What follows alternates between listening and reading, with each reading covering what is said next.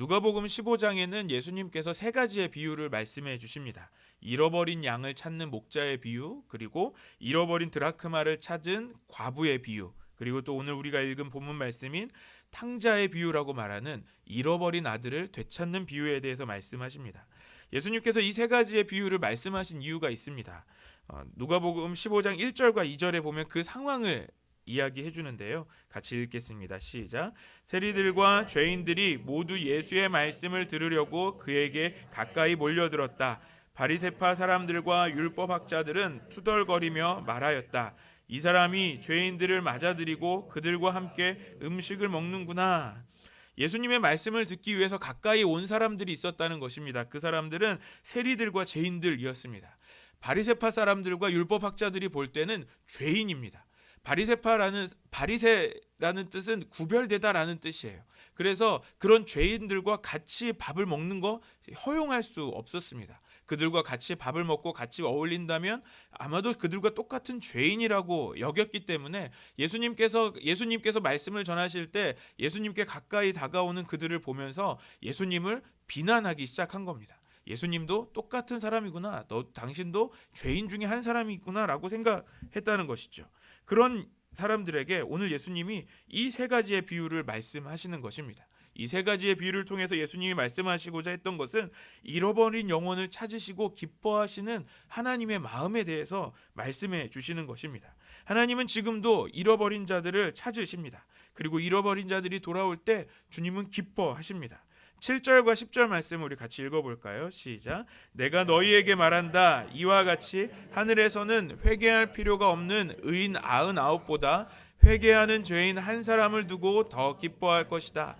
내가 너희에게 말한다. 이와 같이 회개하는 죄인 한 사람을 두고 하나님의 천사들이 기뻐할 것이다. 천국에서 큰 잔치가 일어날 것이라고 말씀해 주십니다.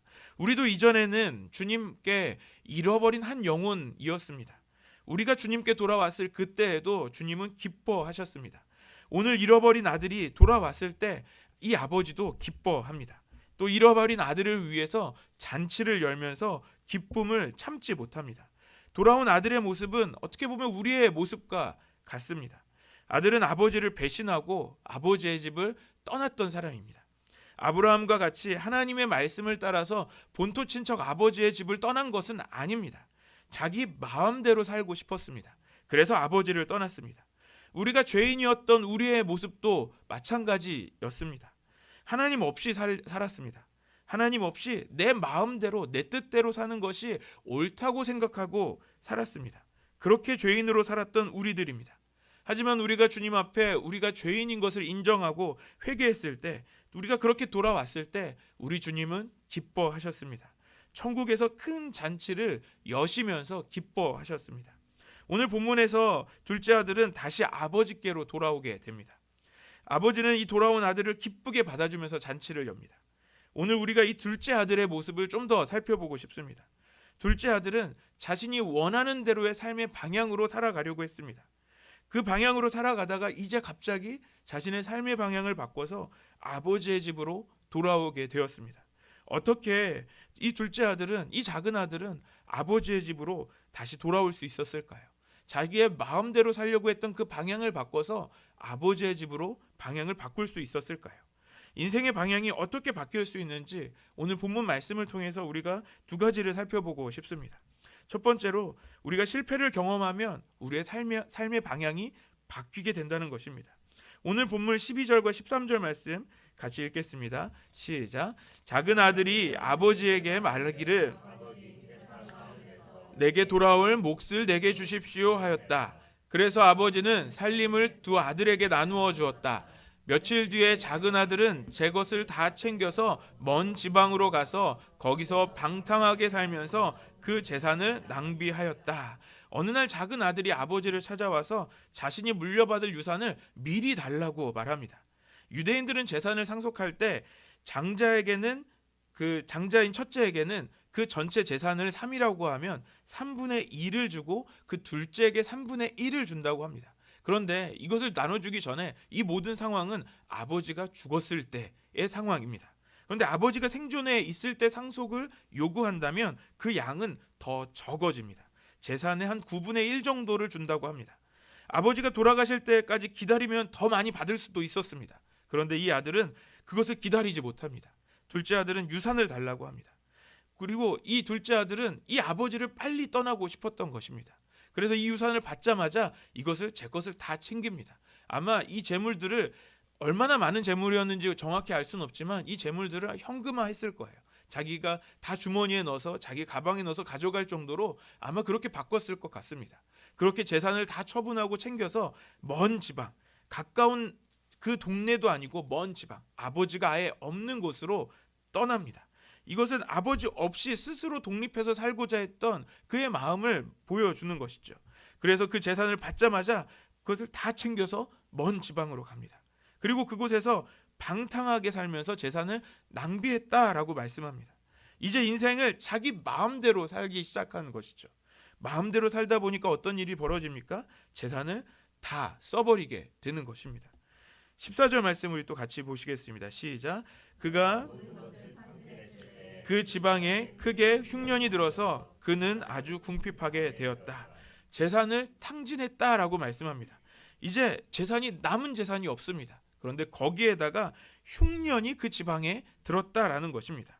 말 그대로 완전히 망해버렸습니다. 그런데 이 작은 아들은 곧바로 돌아오지 않습니다. 우리가 보통 뭔가 좀 돈이 없어졌다면 우리가 자녀에게 용돈을 줬어요. 그런데 이 아이가 용돈을 다 쓰면 당연히 엄마를 찾죠. 저희 아이들도 그렇더라고요. 용돈을 줬더니 자기 용돈 안 쓰려고 아빠를 찾더라고요. 너무 당황했어요. 이번 저희 아이들 재정을 그 경제적인 관념을 좀 심어주려고 저희 아내에게 용돈 전에 얘기 상의를 해서 일주일에 용돈을 조금씩 주기로 했습니다. 그랬더니 이 친구들이 자기 용돈으로 사 먹어야 되는데 아빠에게 전화를 하는 거예요. 당황했어요. 이거 뭐지? 자, 이게 똑똑한 건지. 그런데 이 아들은 자신의 소유를 다 탕진했음에도 불구하고 아버지에게 오지 않고 그 지방에 머물러서 오히려 그 지방의 주민에게 자신의 몸을 맡깁니다. 이것은 종이 되었다라는 것을 말하는 것이죠. 그리고 돼지떼를 돌보면서 그 돼지가 먹는 그 쥐염 열매, 우리식으로 표현하면 돼지의 사료를 조금이라도 얻어먹을까 하면서 생각합니다. 아마 그 당시에 흉년이 얼마나 심각한지를 보여주는 것도 같습니다.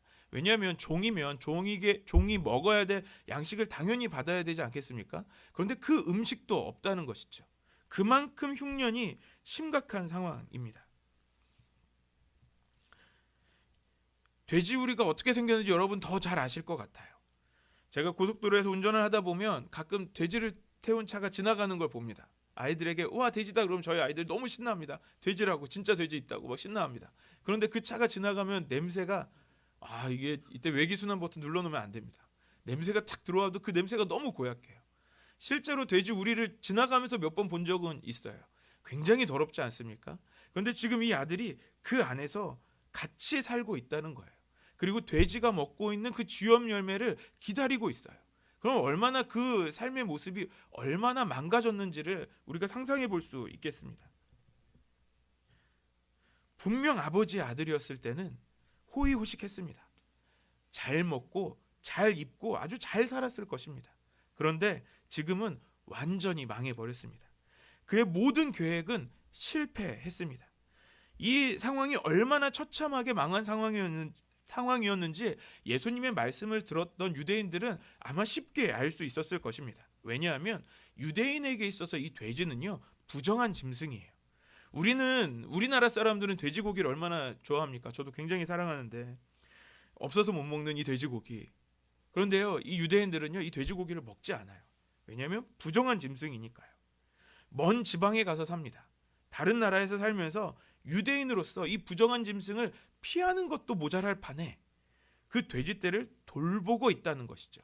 그리고 그 안에서 돼지와 별 다를 바 없는 아주 처참한 모습으로 살아가고 있습니다. 이 모습을 전해 듣는 유대인들이 생각할 때 얼마나 이 사람이 망했는지를 알 수 있는 것이죠. 아버지를 떠나서 독립했습니다. 이제 내 맘대로 하면 성공할 것처럼 생각했습니다. 그런데 지금은 완전히 실패해 버렸습니다. 그래도 어떻게든 다시 성공해 보려고 했던 것은 아닐까 생각을 합니다. 왜냐하면 그 주민의 지배에 의탁합니다. 자신을 의탁해서 새롭게 시작하려고 했던 것 같습니다. 하지만 그것도 완전하게 실패해 버렸다는 것입니다.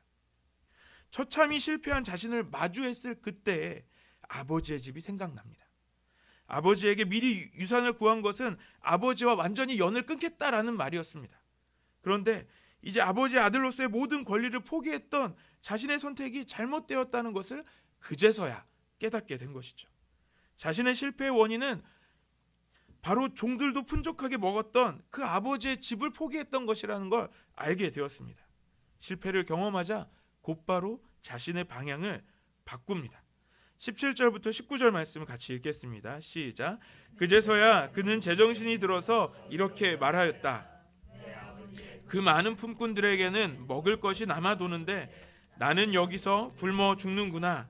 내가 일어나 아버지에게 돌아가서 이렇게 말씀드려야 하겠다. 아버지, 내가 하늘과 아버지 앞에 죄를 지었습니다. 나는 더 이상 아버지의 아들이라고 불릴 자격이 없으니 나를 품꾼의 하나로 삼아 주십시오. 혹시 여러분 유튜브 채널 중에 소비더머니라는 채널을 혹시 아시나요? MBC에서 만든 채널인데요.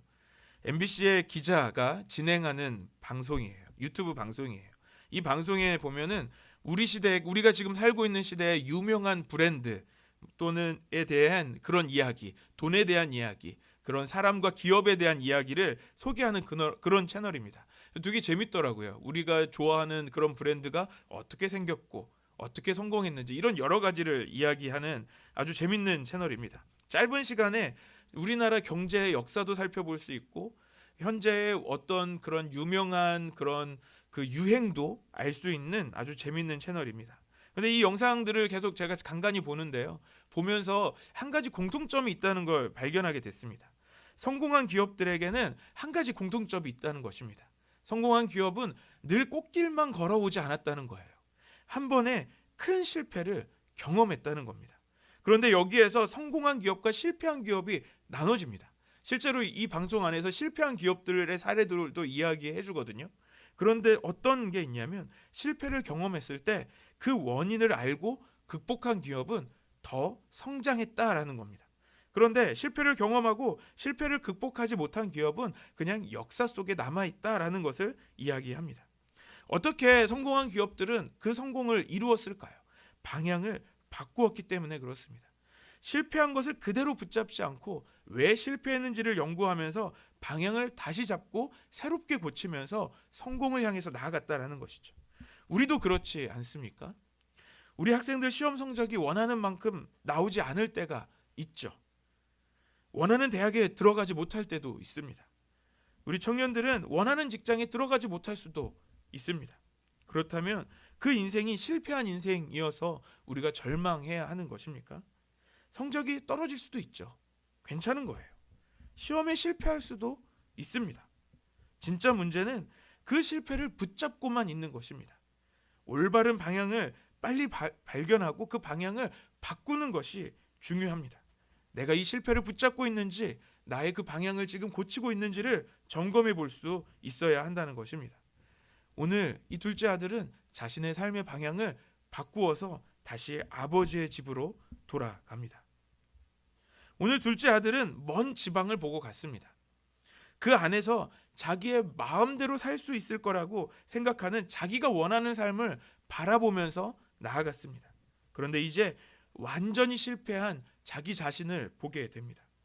그때 아버지의 집을 바라보기 시작합니다. 우리가 올바른 방향으로 올바른 시선을 가져야 합니다. 실패한 그 자리만 바라보고 있다면 우리의 시선을 아버지의 집으로 향해야 하는 것입니다. 두 번째로 인생의 방향이 바꿔지는 것은 하나님의 은혜로 되는 것입니다. 제가 그렇게 오랫동안 살아오지 않았지만 저의 지나온 시간들을 생각해 보면 인생이라는 것이 참 내 맘대로 되지 않는구나 라는 생각을 하게 됩니다. 오늘 본문의 아들도 그렇습니다. 자기 마음대로 살았지만 자기 마음대로 되지 않았습니다. 실패했습니다. 그의 실패는 자신의 재산을 낭비한 것부터 시작합니다. 그래서 우리는 그의 인생의 실패는 그 재산을 탕진한 것이다. 그것이 원인이다 라고 생각합니다. 그런데요, 오늘 예수님은 여기에서 한 가지를 더 말씀해 주십니다. 그것은 바로 흉년입니다. 우리 14절 말씀을 다시 한번 읽어보겠습니다. 시작. 그가 모든 것을 탕진했을 때 그 지방에 크게 흉년이 들어서 그는 아주 궁핍하게 되었다. 크게 흉년이 들었다라고 예수님께서 덧붙여서 설명해 주십니다. 여기서 크게라고 번역된 헬라어는 이스퀴라라는 단어인데요. 이 단어는 힘 있는, 강력한이란 뜻입니다. 그런데 누가 힘 있고 누가 강력한 거냐면 하나님이 힘이 있으시고 하나님이 강력하시다라는 것을 표현할 때 사용하는 단어입니다. 그러니까 이 흉년은 하나님이 내리신 형벌이었다라는 것을 말씀해 주시는 것입니다.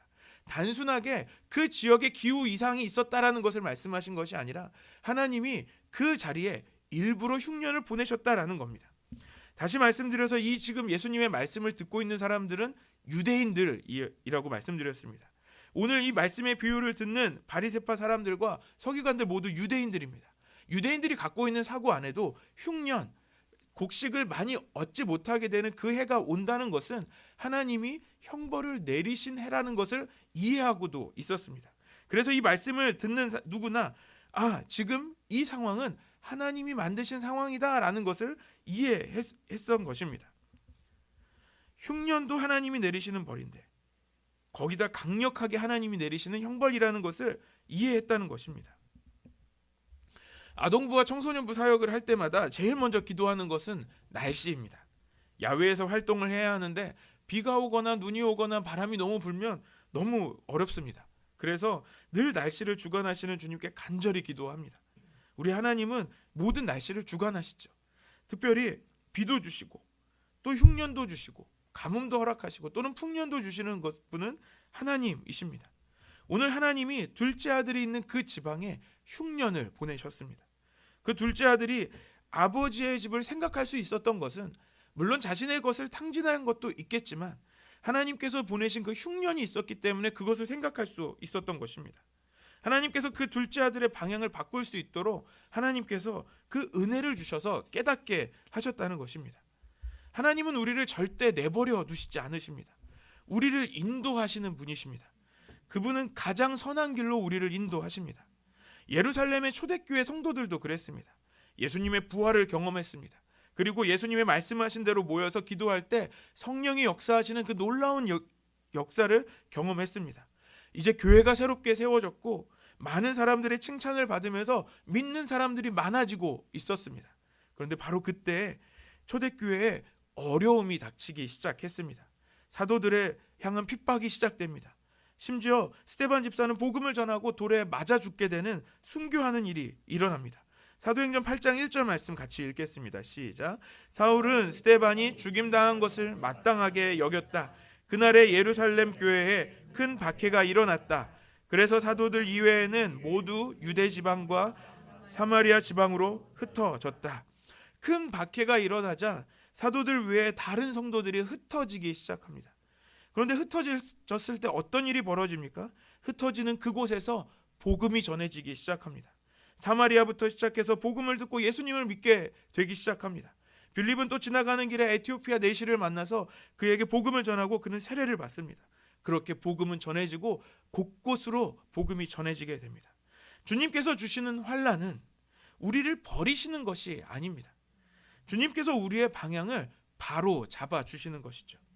많은 사람들이 꽃길만 걷는 그런 인생길이 되기를 소망합니다. 하지만 우리의 인생이 꼭 우리의 맘 같지 않습니다. 여러 가지 우여곡절들을 경험해서 우리가 지금 이 자리에 있습니다. 우리의 짧은 인생의 시간들을 되돌아보면 여러분 어떠신가요? 순탄한 길을 걸어오셨습니까?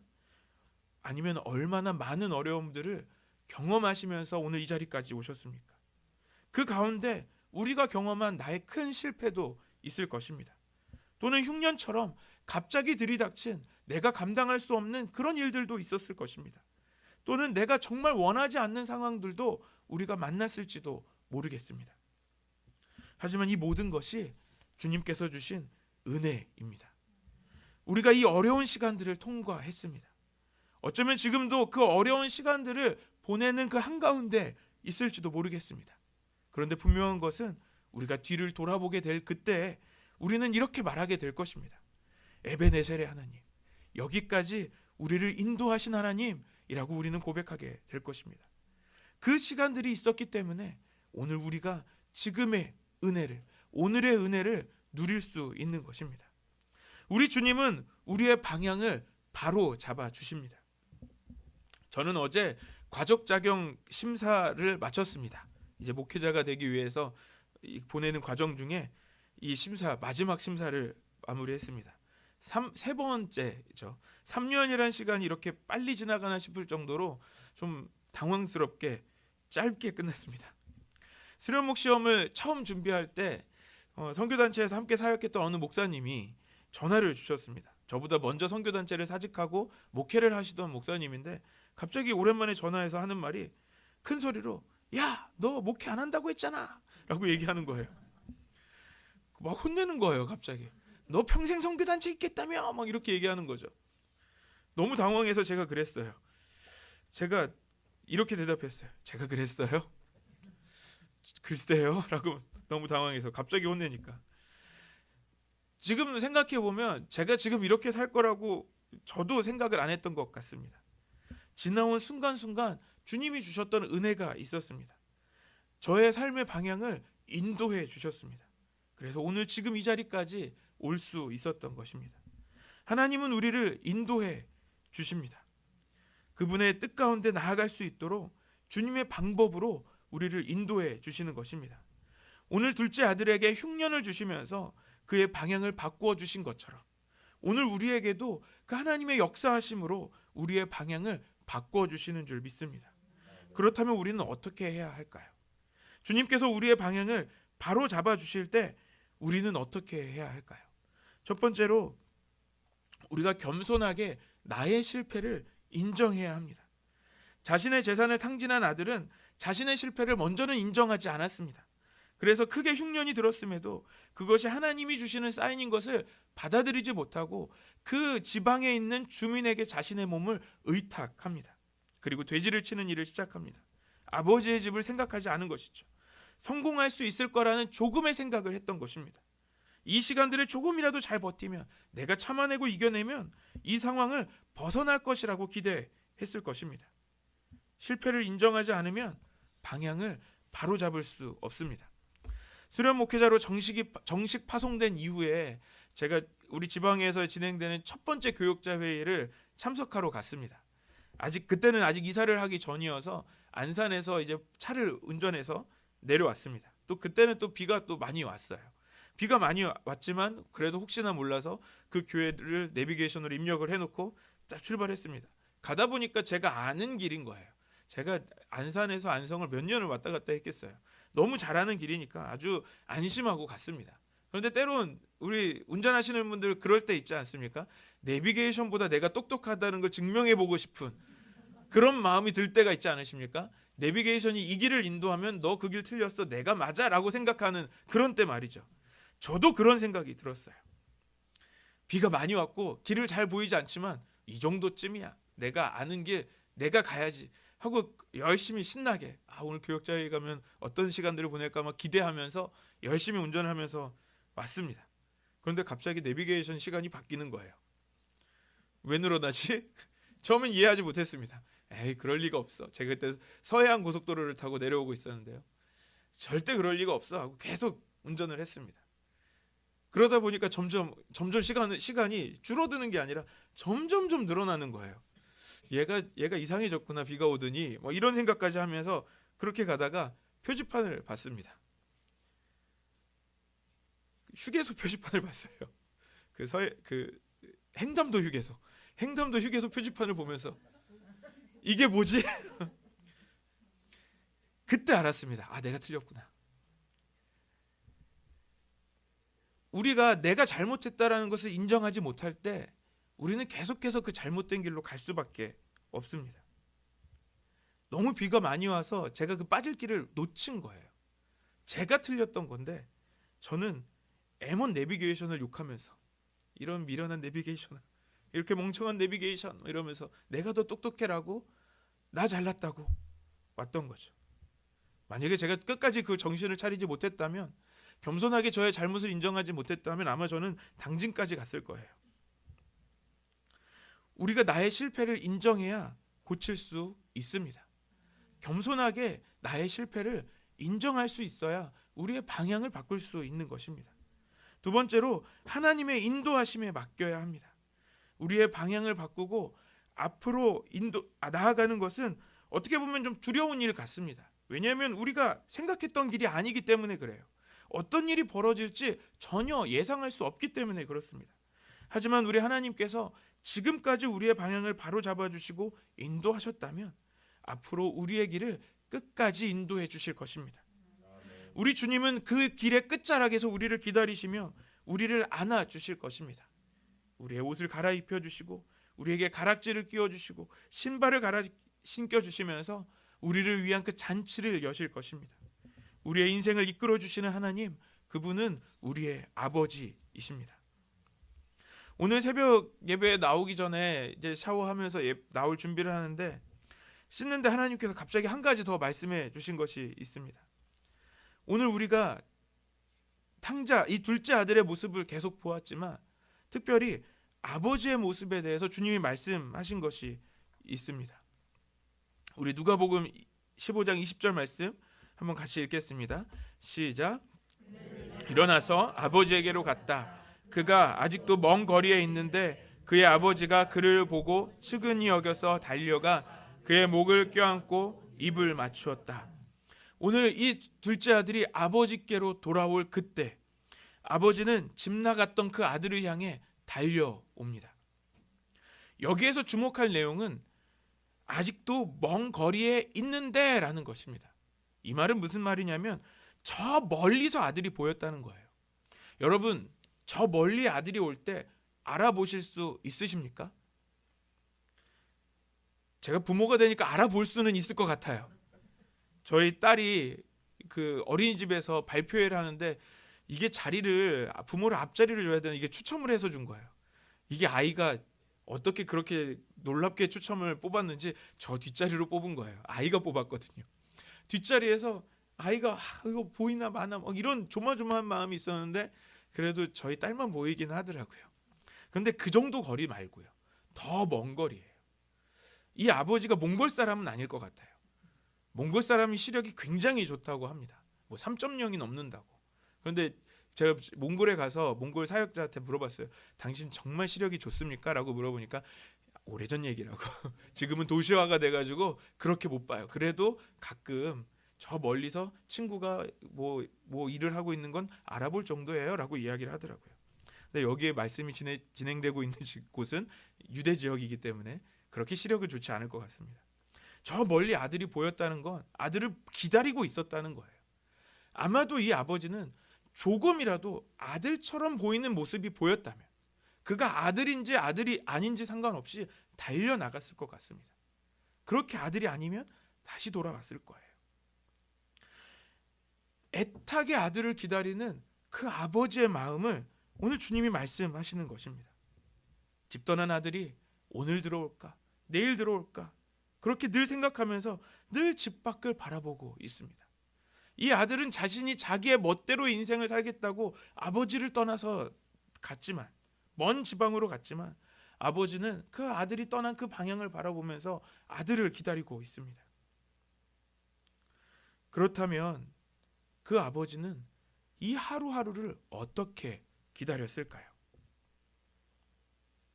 그냥 단순하게 멍 때리면서 기다렸을까요? 절망하면서 기다렸을까요? 아마도 이 매일매일을 기도하면서 기다리지 않았을까요?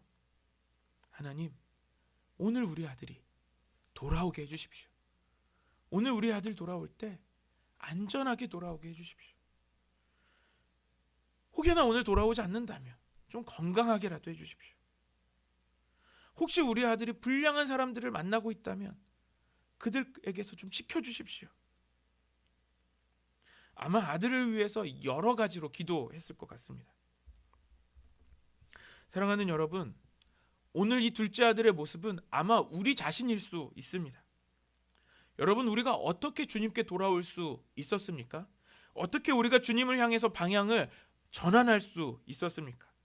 우리가 스스로 깨달았습니까? 우리 스스로의 능력이 있었나요? 아니요. 우리를 위해서 기도하는 수많은 사람들이 있었습니다. 그래서 오늘날 우리가 이 은혜를 누리고 있는 것입니다. 어떻게 제가 지금의 이 자리에 설 수 있었을까요? 아직도 생생하게 기억하는 것은 제가 어렸을 때 새벽에 너무 시끄러운 소리가 나서 눈을 떴을 때 저의 머리맡에서 아들을 위해서 기도해 주시는 저희 어머니의 기도가 있었습니다. 그 기도를 듣는데 너무 시끄러워서 엄마 조용히 해라고 말을 못 하겠더라고요. 아니 그냥 그런 생각도 안 들어요. 너무 평안하게. 오히려 엄마가 나를 위해 하는 기도가 무슨 내용인지도 모르지만 그 제 마음에 느껴졌던 그 따뜻함과 그 사랑을 잊을 수 없습니다. 그렇다면 우리는 또 어떻게 있어야 할까요? 오늘 우리가 아버지와 같은 마음을 가져야 하는 것입니다. 오늘 주님께서 오늘 특별하게 주시는 마음이 있다면 우리가 그 아버지와 같은 마음을 갖기를 원하시는 것입니다. 우리 주변에 자기의 방향대로 자기의 마음대로 살아가는 사람들이 있다면 이제는 우리가 기도해야 할 때입니다. 오늘 아버지의 마음과 같이 하나님 아버지의 마음과 같이 우리가 기도해야 하는 것입니다. 우리를 간절하게 기다리셨던 그 하나님 아버지의 마음으로 오늘 우리가 기도해야 하는 것입니다. 말씀을 마무리합니다. 하나님은 우리를 인도하시는 분이십니다. 우리의 할 일은 우리를 인도하시는 그분을 따라가는 것이죠. 혹시 우리가 아직도 내 마음대로 살고 싶은 마음이 있다고 할지라도 우리를 인도하시는 그 주님의 그 선하심을 믿고 그 길을 따라가는 저와 여러분 되시기를 소망합니다. 우리 주변에 많이 사람들이 있을 것 같습니다.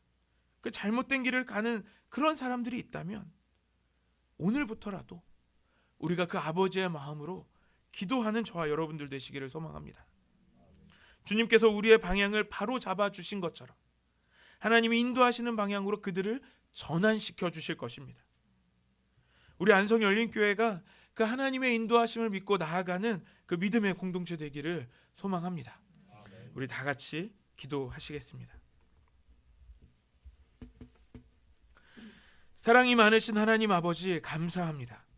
오늘 우리를 인도해 주시는 줄 믿습니다. 이전에는 우리가 내가 가는 길이 맞다고 생각했습니다. 그리고 그 결과로 우리는 여러 실패를 경험했습니다. 하나님의 인도하심도 깨닫지 못했습니다. 이제는 주님께서 우리를 주님의 선하신 계획 가운데 인도해 주심을 믿습니다. 우리의 방향을 주님이 기뻐하시는 방향으로 전환하겠습니다. 우리의 삶을 인도하여 주옵소서. 또 우리 주위에 주님의 방향으로 가지 못하는 이들이 많이 있습니다. 그들을 애타게 기다리시는 하나님 아버지의 마음을 우리가 더 알게 하여 주시고 또 그들을 위해 기도하게 하여 주시옵소서. 우리를 인도해 주신 것처럼 그들의 길도 올바른 방향으로 나아가게 하여 주시옵소서. 감사드리며 우리를 인도하시는 예수님의 이름으로 기도드립니다. 아멘.